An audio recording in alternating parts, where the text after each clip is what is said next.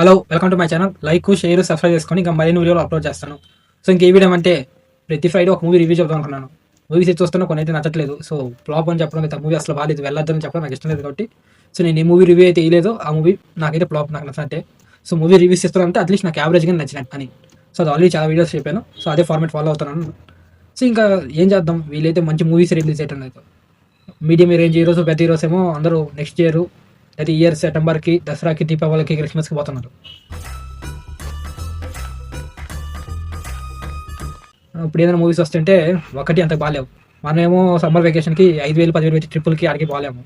ఉన్న 300 200 సినిమాకి పెట్టాలనుకుంటాం. వీళ్ళేమో మంచి సినిమా రిలీజ్ చేయడం లేదు.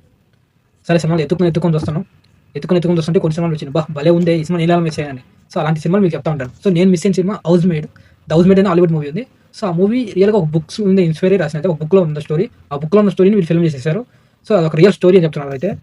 అండ్ ఈ మూవీ అమెజాన్ ప్రైమ్లో అవైలబుల్ ఉంది. సో ప్రతి ఒక్కరు చూడండి, అమెజాన్ ప్రైమ్ సబ్స్క్రిప్షన్ ఉన్న వాళ్ళందరూ. సో ఈ మూవీ చాలా బాగుంది, ఒక ఇంట్రెస్ట్ ఉంటుంది. స్టార్టింగ్ స్లోగా ఒక డ్రామా టైప్లో స్టార్ట్ అయినా తర్వాత ఒక ఇంట్రెస్టింగ్ రొమాంటిక్ యాంగిల్ కూడా ఉంటుంది. మనకు కావాల్సిన సీన్లు కూడా ఉన్నాయి. చాలా బాగుంటుంది చెప్తున్నాను. One of the extraordinary film. Scene అయితే వావ్, నాకైతే బాగా నచ్చింది. ఎస్పెషలీ సెకండ్ హాఫ్ ఉంటుంది అయ్యా, మామూలుగా కాదు, వేరే లెవెల్ ఉంటుంది. ఆ ఇంట్రెస్ట్ లెవెల్ అనేది చాలా పెంచుతుంది ఆ సెకండ్ హాఫ్ అనేది. ఎందుకంటే మనం ఒక పాయింట్ అనుకుంటాం, అది సెకండ్ హాఫ్ ఇంకో పాయింట్ నింపేస్తుంది. మళ్ళీ ఆ ఫ్లాష్ బ్యాక్.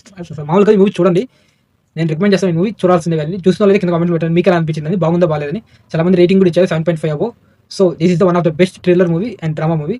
సో నాకైతే బాగా నచ్చింది, నేనైతే బాగా ఎంజాయ్ చేస్తాను ఈ మూవీ చూసి. నేనైతే రికమెండ్ చేస్తాను ఈ మూవీని, పక్కన చూడండి. ద హౌస్ మేడ్ 2025 రిలీజ్ అయింది, ఇప్పుడైతే అమెజాన్ ప్రైమ్లో ఉంది.